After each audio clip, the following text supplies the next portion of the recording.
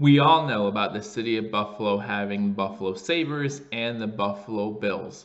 But what if I told you the city of Buffalo used to have an NBA team too? And then I'd have to ask the question, could it happen again?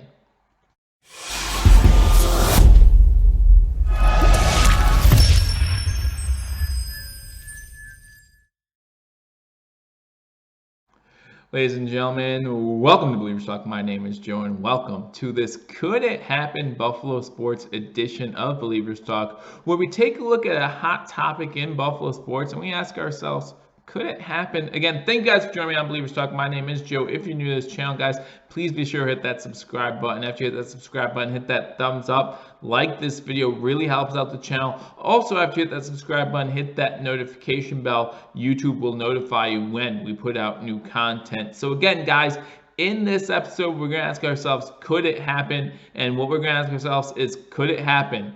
Could the city of Buffalo get an NBA franchise again? Again, guys, if you are not already aware, the city of Buffalo used to actually have their own NBA franchise. They were called the Buffalo Braves. The Buffalo Braves were an NBA franchise from 1971 to 1978, playing in 8 seasons in the NBA. After the 1978 season, however, and I only know a little bit of this story, I'm sure some of you know more. Let me know in the comment section, did you actually see the Buffalo Braves play? I was not alive during the 70s, so I did not get to see the Buffalo Braves play. However, I have gone back on YouTube and I've seen some games. In fact, their last game was played in Boston, and there's some history there that we will get into in a second. We'll talk about the Buffalo Braves Hall of Famers that were once part of that team. There's a lot of history with those Buffalo Braves, even though they were around for just a short period of time. But the Buffalo Braves played from 1971 to 1978. And like I said, I know a little bit of the history of how this team became part of another franchise. So the Buffalo Braves owner in 1978 was actually someone who wanted to be the owner of the Boston Celtics. It's the NBA. It's the 70s. It's the Celtics. Who doesn't want to be the owner of the Boston Celtics today, let alone back in the 1970s? Well, luck so had it for him that the owner of the Boston Celtics wanted to move an NBA franchise to his home city in California. Now, obviously, the NBA was not going to let anyone take the Boston Celtics away from the NBA and move them. They're the Boston Celtics. This is the NBA. They're basically royalty. Them and the LA Lakers basically been there. I'm pretty sure Boston actually has the most NBA championships in NBA history. So they obviously were not going to let an owner take the Boston Celtics away and move them somewhere else. But again, there was a new team in Buffalo, just came into the league 8 years earlier, that the NBA commissioners and owners were all okay with seeing them move somewhere else that can garnish a little more revenue.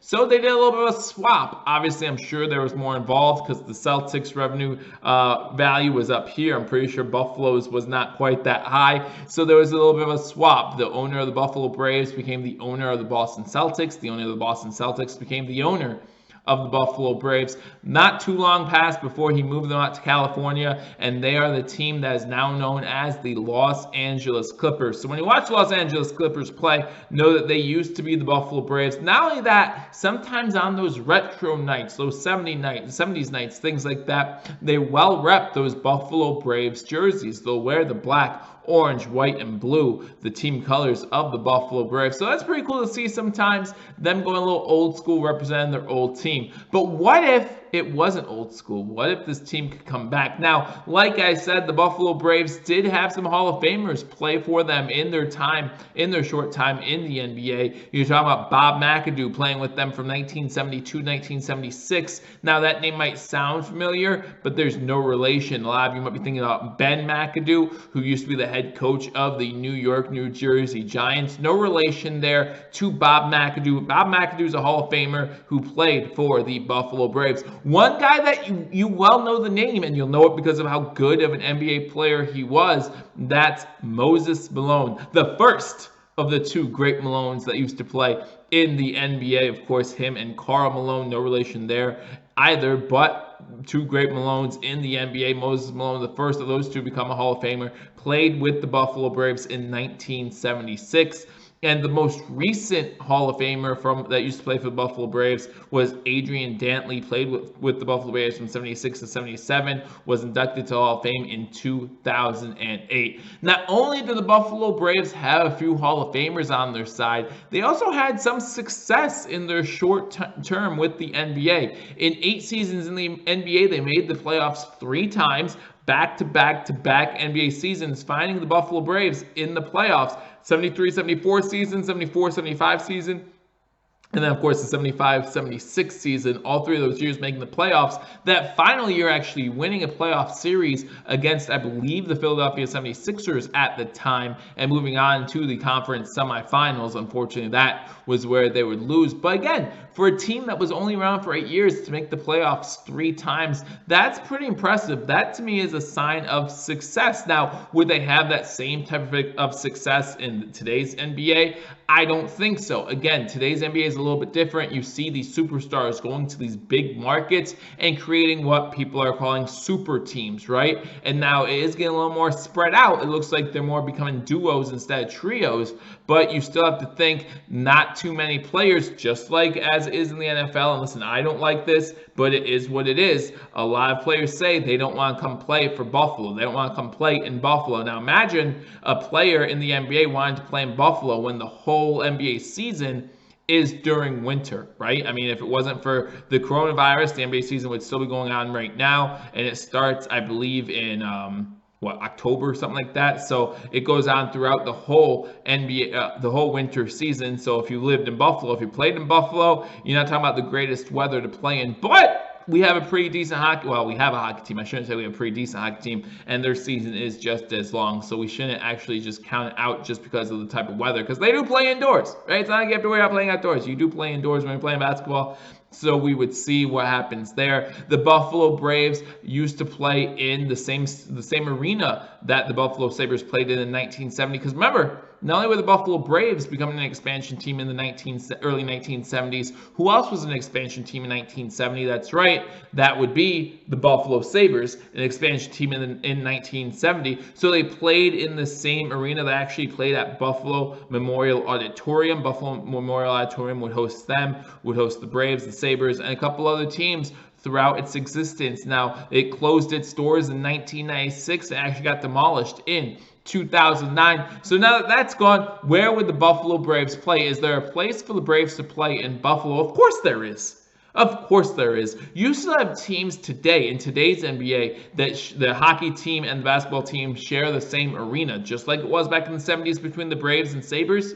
That's what could happen again in the late 2000s, even moving on, if it were to happen, right? In 2020, if the Buffalo Braves wanted to play in the same arena the Sabres did, hey, might get more fans in the seats, might make more revenue for the Pegulas. And speaking of the Pegulas, I think in order for the Buffalo Braves to happen again, in order for the city of Buffalo to have an expansion team, it would have to be owned by the Pegulas. You're talking about Pegula Sports Entertainment, pretty much having a good grasp on the sports world in Buffalo, right? They own the Sabres.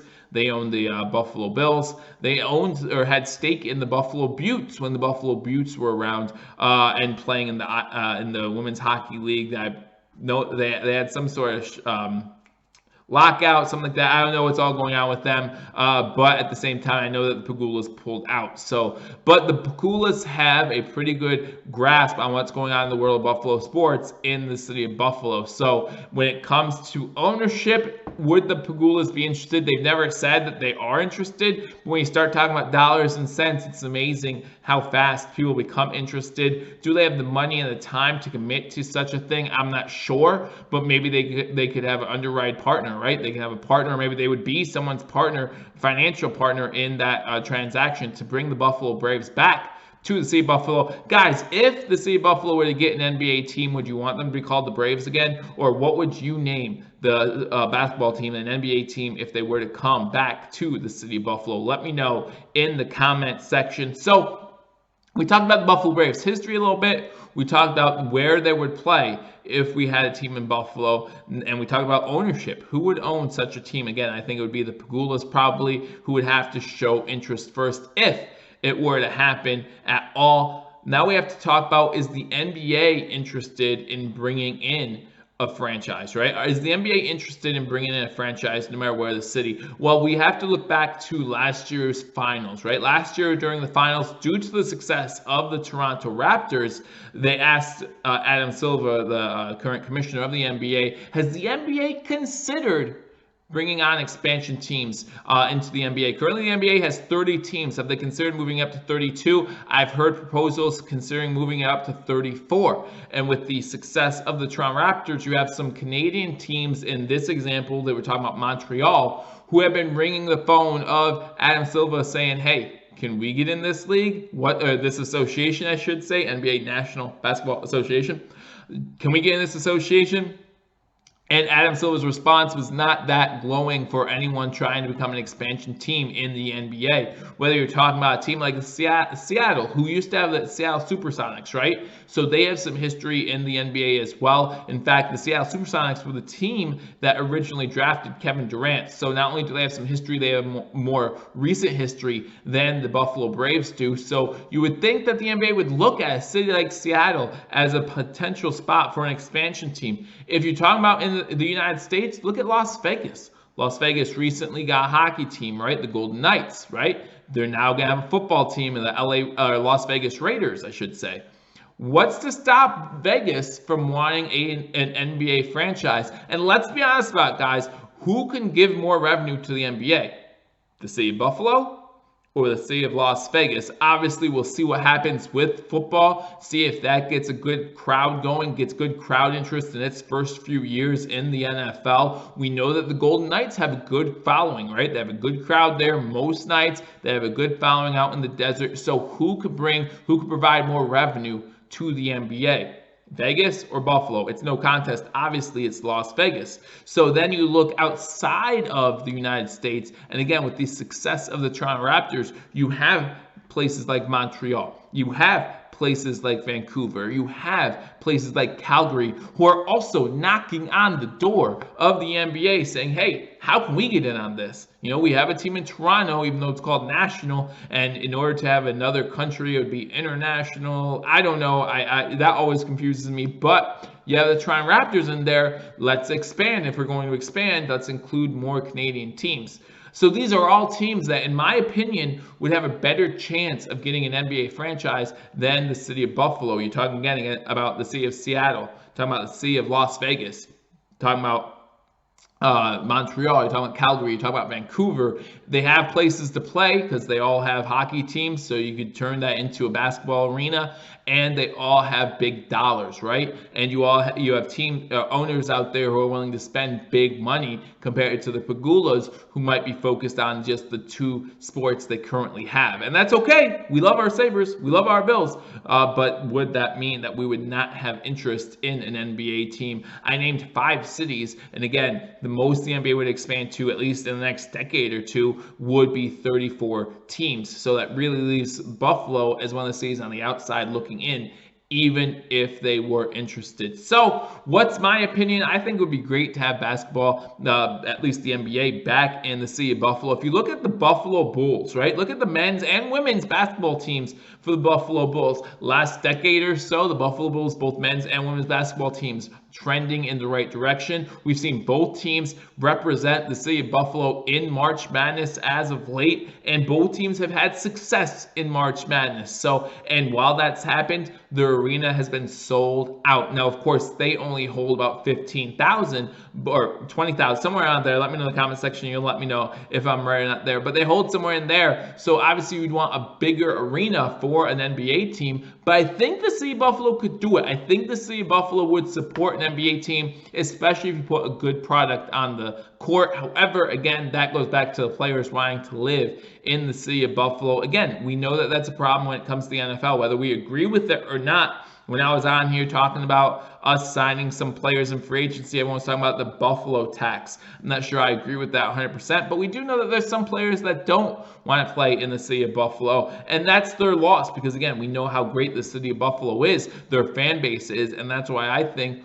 we would be able to support a basketball team. We would get behind a basketball team, an NBA team, and say, hey, the city of Buffalo is moving up. And to speak of the city of Buffalo moving up, you look at some of the revenue, and that's going up as well. I think the city of Buffalo is trying trying to turn itself around and become a more popular city like it was back in the 70s and 80s. And we can hopefully see that continue to improve. And who knows, maybe in a few decades, the Buffalo Braves will exist again. Again, let me know if you would call them the Braves again, or if you'd want to name them something else. But that's all I have for this edition of Could It Happen Buffalo Sports. Could the city of Buffalo get another NBA team? I personally do not think it's likely. I think there's less than a 3% chance that the city of Buffalo ever gets an NBA team again. But crazier things have happened. The NBA had a home in Buffalo at one point, and maybe it could happen again. So let me know what you think in the comment section. Let me know if you enjoyed watching the Buffalo Braves while they were on. Again, I've seen some YouTube coverage. It was fun. Their last game was against the Boston Celtics, and one of the Boston Celtics Hall of Famers, it was his last game. I can't remember his name for some reason off the top of my head, but I'm sure someone will let me know in the comment section. Again, thank you guys for joining me on Believers Talk. Again, if you haven't already subscribed, hit that subscribe button, like this video, and then again, hit that notification bell. YouTube notifies you when we put out new content. I look forward to talking to you all soon. Until I do, go Bills.